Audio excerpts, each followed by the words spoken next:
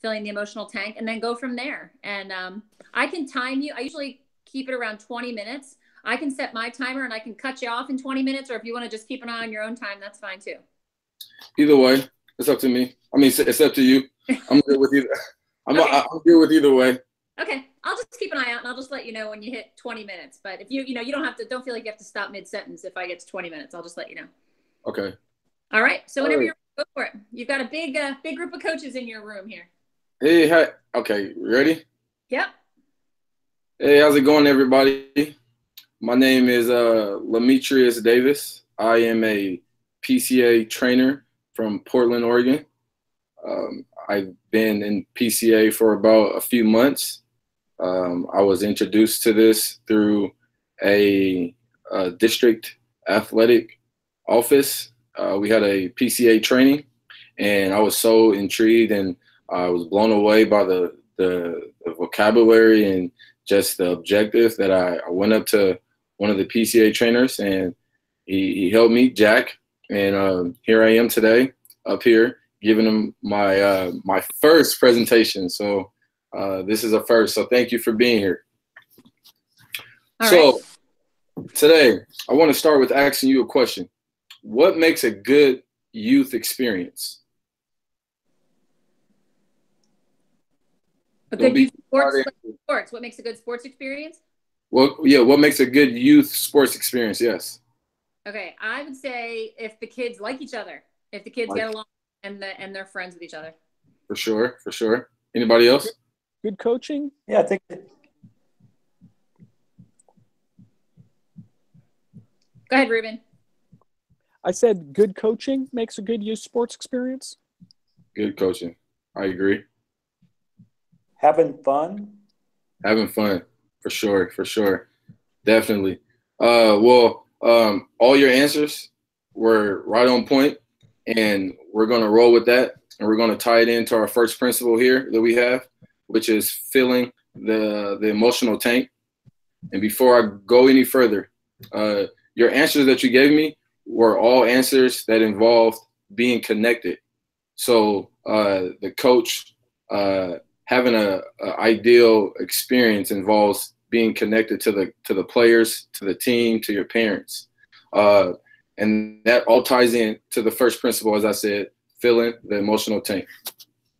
Does anybody here have any ideas what that may mean, filling the emotional tank? Making people feel good? Making people feel good, okay. Jack, anything from you? Trying to give them confidence. Trying to give them confidence. I like that. Energizing them? Okay, energizing them. I like that. I like that. I like that. All right, well, all your answers were great. There's no right or wrong answers here today. Everyone's right. But let's continue on with this presentation, and let's go into our first quote that we have here on the board today. American author, poet, and civil rights activist Maya Angelou. She has a quote that reads, if you look just to the right on the board of the screen, I've learned that people will forget what you said. People will forget what you did, but people will never forget how you made them feel. So that's something right there that goes right in with the filling of the emotional tank and being connected. People never necessarily remember, what you may have said about dribbling a basketball, or where their eyes should be at, or how they should catch a football, or how they should block a goal from scoring. But they will definitely remember how you made them feel throughout the whole experience. And that all involves with being connected. And in order to be connected, that's when you can actually positively affect an athlete's emotional tank. Do I have any feedback from the quote from anybody, or just one person that can chime in? I just think it's crazy how much time I spend talking at practice, and they're not even going to remember what I say. Well, they'll remember a little bit. Don't worry. Okay. Anybody else want to come in before we get to the next? Yeah, cool. I remember all the road trips. I don't remember the wins. Okay. Okay, so going back to that quote by Maya Angelou, and I'm just going to give you some experience that I've had with that quote and how that's tied in to my experience as far as an athlete. There was this time I was back in Division I, and I had an opportunity to go to my coach to talk to him. There was a situation that happened within my family, and I had lost a relative. And I was going to my coach because, I was in Hawaii. I went to University of Hawaii, and I'm from Portland, Oregon, so that's so far away. The disconnect is there between myself and my family. So my next family would be my coaches, my teammates. I went to a coach, and I went to him for advice. And pretty much what he told me was, yeah, that happened, but so what?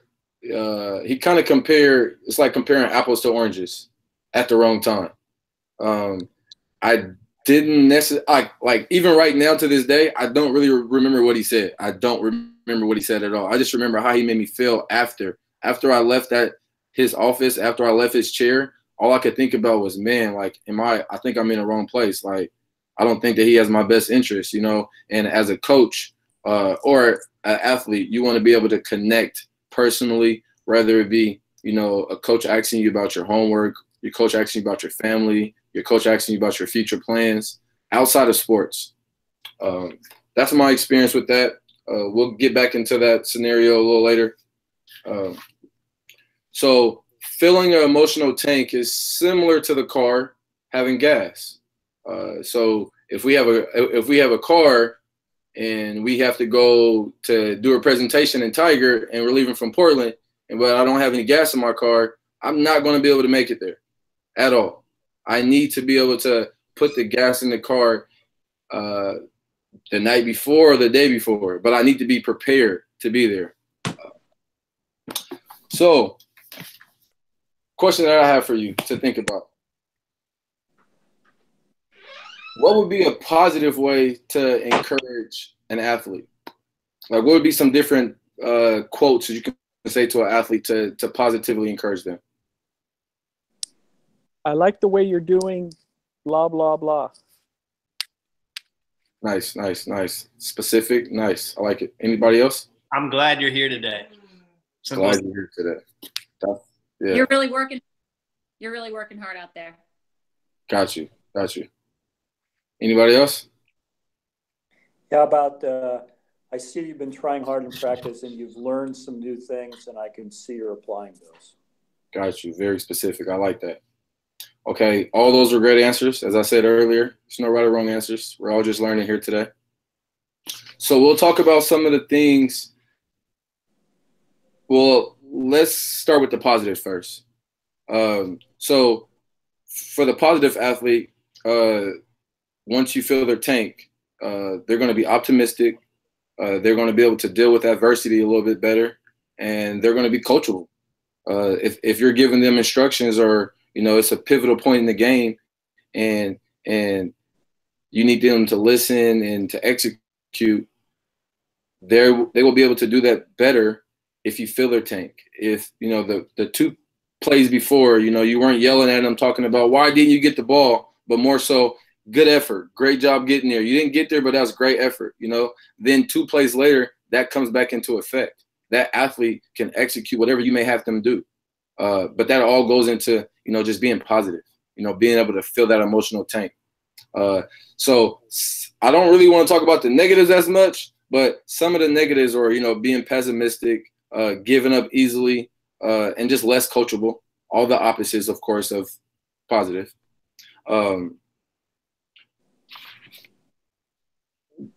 As we close our eyes and we think about, a scenario, I got a lot of interaction today for the audience. If you didn't catch that, because we close your eyes and think about one time where, perhaps you were in a game and something didn't go right.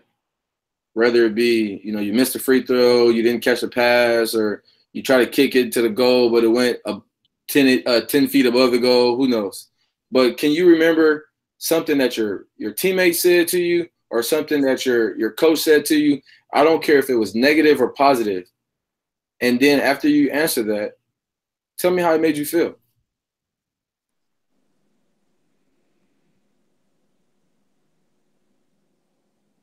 I remember I had a coach in high school. I played left wing, and I was the last person on the field in field hockey for the ball to come across.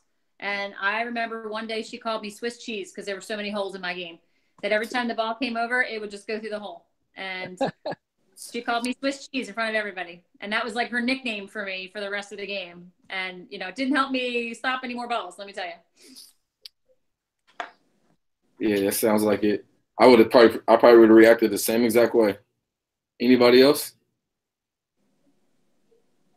I don't remember too many times when I got yelled at by a coach or a teammate, but I can think of sometimes. And I wish I had responded better, but I didn't. It made me play worse, and feel worse. And it did not motivate me. I wish it had, because I wanted to play better, but it didn't. All right, I definitely agree with you. I can only imagine how it made you feel after it. It's like I said earlier, it's not necessarily what they said, because you don't really remember that. All you remember is how you felt after. That's it, plain and simple. But we'll keep moving on, and we'll focus right now on what we can do as coaches to improve our ability to fill our players' emotional tank. First, we'll talk about what we do not want to do. I'll start there first. So what we don't want to do is criticize and correction. Criticize is, statements, like, very critical. You're not necessarily giving words of encouragement, but they're words of negativity. Sarcasm. A player may have missed airballed a free throw, and you may sarcastically say, good arc on the shot, or you may say something. It could be anything, but we want to kind of eliminate that sarcasm. And another thing that we don't want to do is ignoring our athletes.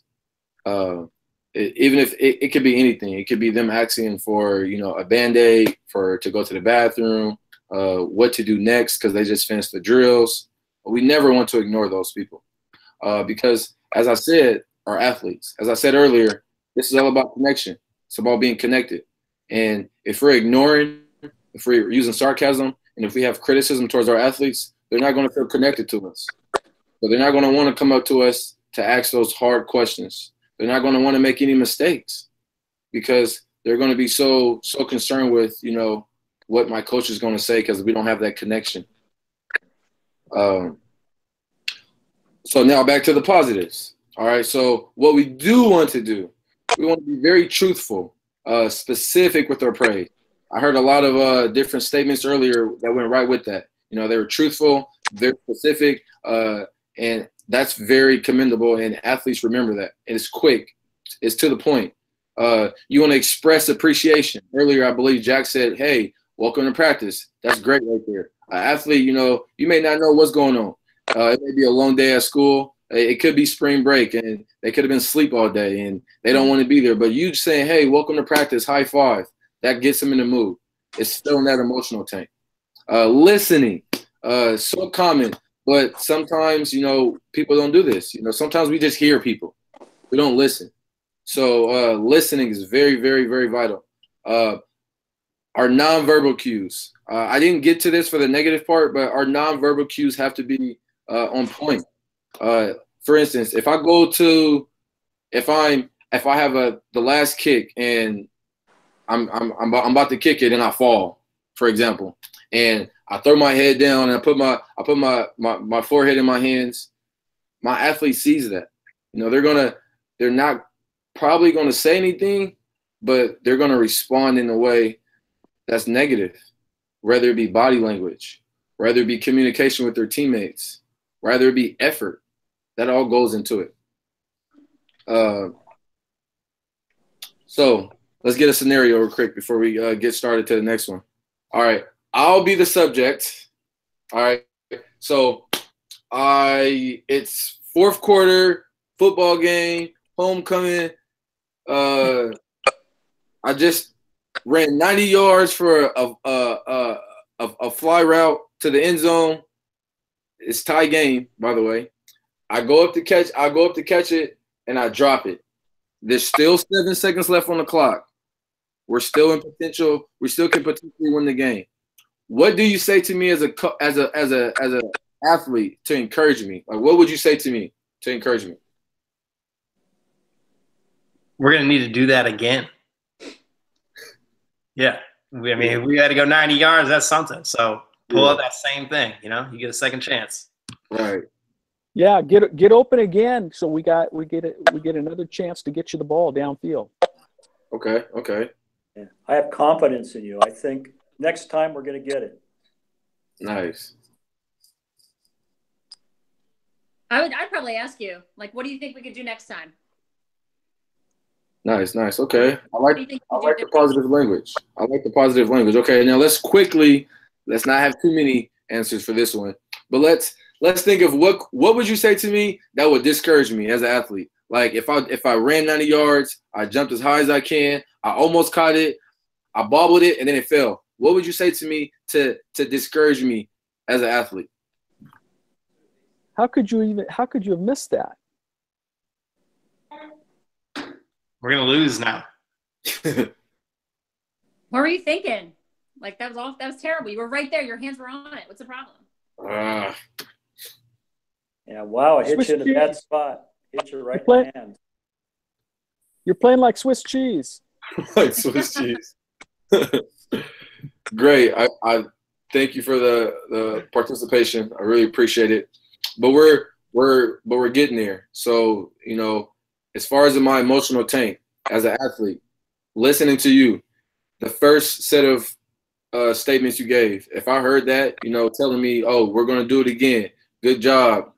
What should we do next? You got open. You know, that's going to make me more encouraged. I'm going to get back to the field. I'm going to give my all for my teammates and for you as a coach because you're uplifting me. You know, secondly, if, you know, I drop the ball and you guys come at me and like, hey, you're playing like Swiss cheese. You're not doing well. You know, I'm not going to want to go back out there. I want to put my head down. I might even walk back 90 yards, you know. So, you know, I might not run back at all. And then you may see that as a coach. You might just sub me out. All right. So we want to get away from that. All right. So how can we become more effective coaches? That's what it's all about, is how can we be more effective as coaches? I'm not going to ask that question to you. I'm just going to give you the answer. 5-to-1 ratio, the magic ratio. 5-to-1. 5 positives to 1 negative. Criticism. Let's say that. All right. Now, as coaches, trust me, I understand. 5 positives to 1 negatives, that seems like, man, I can't do that. Like, when I first started and I heard this, I was given 1 positive to one criticism every time. I just like, man, I can't get to 5-to-1. So what I did was I didn't get down on myself. I used PCA for what they are here for, which is to help educate and to move this PCA formula forward.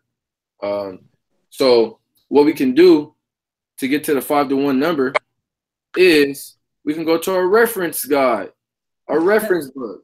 We can go to our PCA development zone. All right, so what you do is you go to capital letters, PCA, capital Z, lowercase e, lowercase v, capital Z, ONE, all lowercase, .org. You go there.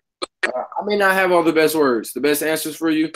No one here might, but if you go there, there's thousands and thousands of people, and there's thousands of different references that you can go to and you can look at, and you can always go there. It could be on your phone, portable, laptop, whenever you need it, whenever you want it, it's right there for you. So I highly suggest that you remember that, and I hope you put that down. If you didn't, see me after. I can give it to you again. Last scenario. We're almost out of here. Stay with me, please. You guys are doing great so far. So we're going to partner up, all right? And we're going to go through that scenario again of the discouraging and encouraging. And what I want you to do is I want you to be athlete and coach. And I want you to coach and go to the athlete and tell them some encouraging words. All right. Ask that athlete how they feel. All right. And then we're going to flip flop. All right. We're going to go from the athlete. You're now going to be the coach. All right. Coach the athlete. Now I want the second time, I want you to go through. I want you to give more discouraging words. All right. I know negative. We don't want to do there, but we're just going to see how it feels, even though we already know the answer. All right. So we're going to do that. We're going to see how we feel. Come back to me in a couple minutes. All right. Has everybody got that? Yep. All right. All right. Time's up. We're back. Kelly, looks like you're ready. Could you give me some suggestions of what happened in your group? My partner was really hard on me for the discouraging part. I mean, it was funny, but he ripped me apart. Ruben can be pretty rough sometimes. So I think we kind of got the idea that I heard some of the things that he was saying to me to discourage me. And I felt myself, I've said those things before to motivate my athletes. And it took until he was actually like saying them back to me that I realized it. Got you. Hey, Ruben, would you like to chime in on this? Yeah, well, Kelly's always so nice and friendly. I felt like I could do no wrong. She just praised me, and almost to the point where I was like, "Are you kidding me? I'm not. I didn't do it that well." Jack, would you like to chime in before we get done? Yeah, I felt the same thing. I was like, I don't know how you thought of all these negative things to say to me. I didn't know there was that much stuff that happened. Like you said, you can't let that happen. I was like, well, it did happen. So I'm confused. Like it can't happen, but it did. So like, you're not coaching me. I'm confused. Okay. Well, now let's all get back to our seats and let's finish this last little bit up. All right, we're going to go by. So this is our first principle in PCA, being connected, filling the emotional tank. That's something that we take very serious. And as you can see, we do because it's the number one principle that we have. All right. Today, I hope that you learned a lot of different ways to positively, send off good feedback to fill that emotional tank of your athlete. I also hope that you took time today to listen to the negative things, to hear what could possibly be said from you. Hopefully we can find a way to, be better coaches from here. And as I said to you, if all this is kind of like, too much, you're welcome to come up to me, ask me as many questions as you can. I'll do the best that I can. More than likely, what I'm going to do is I'm going to assist you back to the PCA development zone. That's a great resource. And I hope everyone had the opportunity to write that down. And if you didn't, I'm going to give it to you one more last time before we leave. All right, you ready? Capital letters, PCA, D, lowercase e, lowercase v, capital Z, lowercase o, lowercase n, lowercase e, .org. All right, go there. Tons of goodies there. Tons of goodies for you coaches. Tons of goodies for your athletes. I appreciate you. Thank you. This is my first one. I appreciate you so much. Thank you. Thank you. All right. How'd you feel going through that one? I feel like at the end I started like rambling, and I was like, "Oh man, I'm talking too much. I know I'm talking too much. But what do I do next?" Like I'm like, all right. I always feel that. Like, how can I just stop talking? I think because you're just hearing your voice the whole time. I get sick of my own voice sometimes. So, but I think compared to the first one, Lametrius, that was much better. I think you were much smoother. You had a much better handle on the content, and I felt like you were much better prepared. And I do appreciate that you did that. I would love to. I have a couple comments too, but I'd love to hear from Jack and Ruben. I guess Al fell off somewhere. But I'd love to just hear, what did you really like about what Lametrius did, Jack? I don't know if you got to see it the last time, so maybe last time compared to this time. What did you like that stuck with you out of, if you were sitting in a workshop and he was your trainer, what would have stuck with you that he did? And maybe a suggestion or two that he could work on for the next one. I think the scenarios this time were dialed in a little bit more than like the 90-yard rundown. Like, what do you say? I think like immediately I was like, oh, like as a coach, nobody's ever challenged me to think about what I would actually say in that moment. You kind of just react. So, I think that was a flip that was really successful. I love that. Yeah. So I would go with that. I mean, the scenarios were great, and that's what we're trying to tease out more of, like more of those things. Okay, great. How about a suggestion for Lametrius moving forward? What could he improve on? I think, flow with the slides, like have that cadence ready to go. Like, I think sometimes it's like I'm here and then it felt like I jumped a little bit. And I think that's just practice, right? It's knowing where I'm at, like in the slide, and kind of sequentially working through what you got instead of feeling like, oh, I got to do this scenario, I got to do this, like just a flow. Yeah. So. Okay. Thanks, Jack. Ruben, how about you? Yeah, so Kelly, I'm going to give a couple things, and then I have to jump in the car here. Yep. But so Lametrius, I liked how you used the story, and I believe you used the same or similar story last time. But what was different this time, what made it stronger, was how you said, and I don't remember what the coach even said. You just tied it in so beautifully to the Maya Angelou quote. It was just a really crystal clear example. So I just like how you used the story this time even better, and how that main point was driven home so well. The one suggestion I'll throw out is when you list the things that drain a tank and that things we do not want to do, actually correction is something we want to do.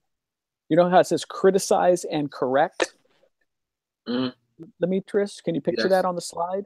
Yes. We actually do want to correct our athletes. It's like a necessary evil. we need to correct.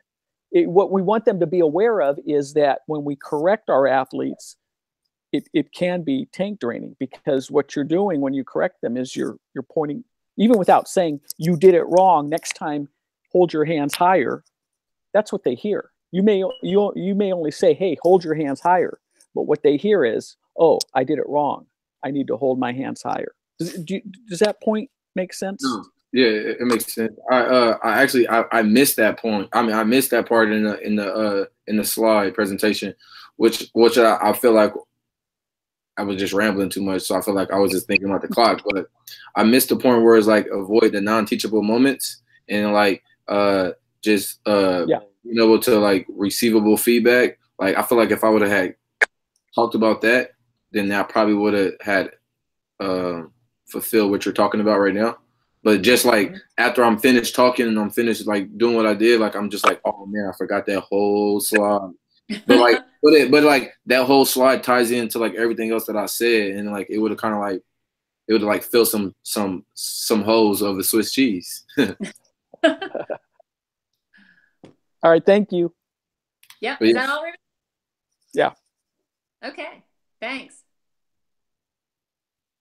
All right, I have a couple things, and I do my feedback kind of in order instead of like jumping all around. So I'm not going to give you like all the positive and then all the ways I think you can get better. I'm just going to go in order. So I really like off the bat, I think you're just really conversational. I think you're really relatable, and I think coaches are really going to like you. Just your style. You seem really humble, and you've played at a really high level, and I think that gives you instant credibility, which is very cool. I also like the way right off the bat you started with your personal story with the emotional tank. Talking about the great sports experience is something that they did in the introduction, but you brought that in right away. Like, remember your greatest sports experience. This is the connection that we're talking about. So you mentioned that a couple of times, and I think that's important to have that right up front. Like, we're talking about how can you connect to your athletes. The one part I want to go further is that athletes that feel connected will play harder and they won't give up and they're going to work. So, I think it's good to tell the coaches we want them to be connected, but the coaches are going to be like, well, why? Why do I have to connect to them? What's a big deal? I just want them to play hard. Where the point is that when athletes feel connected, they're going to commit. And when they're committed, man, they run through a brick wall for you. Right. But if they don't feel connected, that's when you're going to lose them. So I think that right up front, add that to the connection piece. Okay. I really like your story about your coach. I mean, I don't like the story. I think it's a sad story, but I think it's a good story to bring up. Whenever we tell a story, It's to connect the coaches to something that, you know, can hit a chord with them. So after you tell a story like that about your coach and how he made you feel, I would, again, go one step further and say, anybody ever have a coach that said one thing and that just blew it for you? You know, you lost the connection right there. You know, just to take your story and make it real to them. And I bet any one of us can think of a coach that said something at one point or another. So later on, you asked us to think of a coach. You said, like, close your eyes and think of a coach that said something that was discouraging. I would actually move that right after your story. Okay. And just guys to think of a time when a coach said something to you that stuck with you, that was really discouraging. So just for flow, I think it would be better just to have that question for us right after your story. Makes sense. Yeah. Yes. You said a lot of really positive things, just real quick, like it's all about learning. You know, there's no wrong answers. I think that's a really good way to get the coaches to be comfortable. And you said it a couple times. So I really like that when you did that. The other thing, the whole time you were going through, you didn't really mention much about performance. And, you know, I know you know that the fuller a kid's emotional tank is, the better they're going to perform. The coaches in the room, even though they don't want to admit it, they really want their players to perform. They want them to play well. So connecting this, filling the emotional tank, some coaches think this is just kind of the feel-good principle. And it's not just all about making everybody feel good. It's about when a player's tank is full, they're going to play harder. They're going to stick to it longer. They're not going to give up. They're going to be they're going to be on fire. They're going to give you 100% effort. So sometimes when kids aren't playing well, coaches will say they need to run more wind sprints. They need to practice harder. We need to get them in the weight room. They need to be more serious. You know, coaches will take this lack of performance and say, I got to be tougher, when it's actually the exact opposite that's going to make the kids work harder. If you take a team underperforming and you find ways to connect with them and fill their tanks, that's when they're going to work harder. So that's kind of that's the big moment of this. That's the big learning of this principle, is that, you know, instead of this tough love, I got to be tougher on them. You do have to be tough on them, but we want you to also be filling their tanks while you're doing it. Does that make sense? Yeah, that makes perfect sense. Yes. Okay, good. I also like the way you kept coming back to answers that we gave. Like at one point, you're like, yeah, remember when Jack said, like, hey, welcome to practice? That's a really good skill, because that makes the coaches feel like you're really listening to them. So if you come up to a part in the presentation and you can go back to like, oh, and point, you know, yeah, remember when Jack said this? Remember when Ruben said that? Later, you know, earlier when Kelly said this? That's a really great way to have you connect to the coaches in the room, and they really like that. So I do like the way you did that. I agree with Jack. I think your scenario was really great with the 90 yards. You know, I even said homecoming, fourth quarter, you know, that like painted a picture. Like this was a big team. I like that. I would almost put that, you know, more towards the front, because what you did was you went through and you explained what drains the tank, what fills the tank. You explained what an athlete with an empty tank looks like and a full tank looks like. And then you told us the scenario and we had to say, what would you say to each other? I think, just a suggestion, if you put this first and had the coaches think about, this is what happened to one of your athletes. He missed the ball, went right through his fingers. What would you say to encourage him? Okay, what would the coach say that would discourage him? So you're getting them to think of what they would do before you tell them the principle. Gotcha. And then, so then when you tell them, like, this is what we're talking about here, we're talking about when you're encouraging your athlete, that's called filling his tank. When you're being really discouraging, that's called draining his tank. And I'm going to give you some specifics about things we can do as coaches, some things we do on purpose, some things we don't, that'll fill and drain tanks. So instead of like giving us all the information first and then telling the scenario, I would put the scenario first. I think it just might be more powerful. The coaches might remember it more if they might pick up on it more. Yep, I got you. Because they'll say like, well, this is what I would do. And then you're like, okay, here's what we as PCA suggest that you do. So I thought that would be it's a good story. And I'd just bump it up a little bit before the principal. I totally agree with you, Kelly. That's a really good suggestion. Good. The baby agrees too. That's all good. All right. You know what else I really liked that I have not heard anybody do, and I love it? When you said, okay, so how can we be more effective? And then you're like, I'm just going to tell you.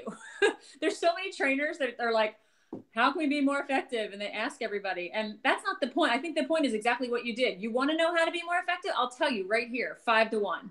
And then you were completely honest. Like when I heard that, you even said like, oh man, that's impossible. I can't do that. And I think that's, again, you're being real with the coaches. Like that seems impossible. If you have trouble, here's the resources. You did a great plug for the resources. That was awesome. The Dev Zone, and actually, by the way, when you type in Dev Zone, it doesn't matter if it's capital or lowercase, just to let you know. Okay. Yeah, just type in the letters. It's fine. But Okay. I think that's great. And you also said like the book, they're going to have the book with them. So Yes. you can tell them you've got a book, you've got this DevZone website. That's awesome. Don't forget to mention though, that body language is big. You know, you high five a kid, you use his name, you ask the kid like, hey, you know, do you have a good lunch today? Like kids will get their tanks filled by a coach caring. Yeah. And the way the kids have said coaches show me they care is by finding out about them as people, not just, it's not all just about sports. You know, oh my gosh, I love your cleats. They're so cool. Did you just get those? You know, think Right. questions like that are things that kids are like, man, my coach cares about me. So just add that in with the 5-to-1. It's not all verbal. I will. And it's also not all like in one meeting, you know, like it's 5-to-1 over the course of the whole practice or over the course of, you know, a week. It's not just like boom, boom, boom, boom, boom, 5 Right. positives. Not an overload. What is it? The 2 minute, what's it? The 2 minute drill, right? Yeah, exactly. Yeah. Yeah, absolutely. And you can, you know, throw those in, even though it's not on the slides, you know, throw in some of those. Like, hey, there's one in your book called the 2-minute drill. It's a great idea. Just get a kid really discouraged. Just fire him up for 2 minutes. He doesn't even have to know you're doing it. So right. I think another thing that this is something that I encourage all trainers to never do. Never tell them it's your first time. And never say we're almost done. We're almost out of here. All right. And here trainers do it all the time. Number one, because the partner is paying money to get you out there to be the expert. And they don't want to know that it's your first time. They want to think that you are the most expert trainer we have there. So I have confidence. You know what you're doing. Come out. I mean, if Jack wants to talk to the partner and say, hey, you know what? We've got this new trainer. He's really awesome. So that the partner knows you're new. That's great. But I don't ever tell new trainers to say, oh, this is new. It's my first time. You know, come in with as much confidence as if you've been doing this for years. And they'll, you know, because if you say it's new, they're gonna be like, oh my gosh, this guy's gonna struggle. I'm not gonna listen to this guy. Yeah, right. Yeah. And you're not gonna struggle. So I mean, once you get really to the point where you're comfortable with this stuff, it's not gonna be a struggle. We're not gonna send you out there until you're comfortable. So once you're out there, you're good. The other thing is too, and I hear trainers do this too, especially this is only the first principle. So I don't want you in the first principle to say, okay, hang in there. You know, we're almost done. I've heard trainers say towards the end of the workshop, you get to the last principle of honoring the game and they're like, all right, this is the last one. Hang in there. Like this has been a big chore. Right. We don't want this to be a burden on people. We don't want this to be a chore. We want them to leave this workshop wanting more, not saying, oh my gosh, you know, make this guy stop. I've heard too much already. So I don't want to hear trainers say, you know, oh, thank you for your time. You've been hanging in there. Like it's a punishment for them to be there. You know, it's a privilege for them to be there hearing this information. So just don't ever make apologies for, you know, we're almost done. Hang in there. A couple more minutes. You know, that's just a tip that I have. That's just one of those things that gets on my nerves when I hear trainers say that. I'm like, why? You're doing them a favor. You're not like, you know. The only other thing is just watch your time. And I don't know if you can see the slides here, but you finished up right about here. So like the Phil Jackson, the quote from Phil Jackson, the video from Phil Jackson, this is all part of the emotional tank. And the nice thing about the video of Phil Jackson is that he talks about, you're even doing the 5-to-1. You're being a really positive coach, but that one negative thing you say can blow it all up. Right. You know, you can be positive as you want to be, and that be careful how you do that one criticism. So that's a really important part that you didn't get a chance to get to. And then this scenario, I don't know if you can see this on receivable feedback. These are the tools and the receivable feedback, the toolkit and the takeaways are probably the most important part of the principle, because this is where the coaches have something to do when they go home. So the theory's great. Your stories are awesome. So they're all connected to it. But if you don't leave them some tools, if you don't leave them some specific things they can do, they're not going to change. They're not going to do them. So it's really important, like this slide that says tools for effective receivable feedback. You got to make sure you get to that, because all the positive is great for you to do, but if they're not going to listen to it, it doesn't make a difference. Or so if you don't know, we want to make them hear it, and the only way they're going to hear it is if you know, avoid non-teachable moments, criticize them, do have something critical to say, ask permission, use an if-then statement, and you can even pull it out and say, okay, you guys know what these mean. If-then statement. Give me a skill that you want a kid to learn. Phrase it to the person next to you using an if-then statement. If you cut out wide, you're going to be open for the next pass. Then you're going to be open for the next pass, you know? So if you stay in a clump of kids in the middle of the field, then you're not going to get the ball, you know? Use these type of, you know, have them practice it, Have them practice a criticism sandwich. Show them in the book, page 40, 41. Again, great resources for you. There's a bunch more tools. These 3 are also, again, in the book, buddy system, positive charting, and winner's circle. Have them open up to the book and see, here's some resources. You know, you brought it up earlier. Great resources. We're going to help you get to the 5-to-1 ratio. Here's some in your book, 35, 39, page 41. Look at these. We've got 6 others in the book on top of these. And as you said, on the DevZone website, we've got thousands more. So when you plug the resources, use the slides that we have here to kind of fill you in on those too. Okay. Okay. And then that's it. So you didn't have that much farther to go, but the most important part is what you skipped. I want to make but the thing is like I was sitting there like that's the last thing I looked at before I started my presentation. So I'm like, can't believe I forgot that. Yeah. Well, it's not that you forgot. I mean, if you were in a regular workshop, you'd see that would be the next slides coming up.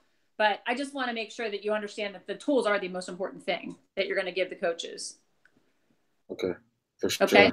Yeah. All right. Well, I know I see a lot of I don't know if you had any questions for me. I just spouted a lot at you. Sorry about that. No, that's all okay. I appreciate the feedback for sure. Something I can work on and be better at.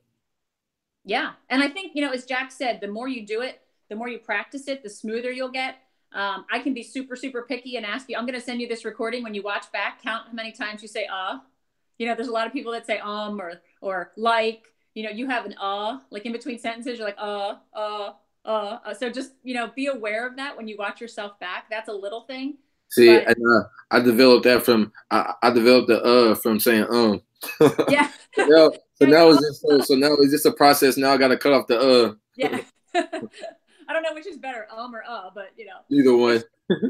It's a pick. I said like all the time when I first started, and when I was videotaped, it's probably Ruben pointed out, you say the word like a lot, and when you watch yourself, I was thinking, man, I say that all the time.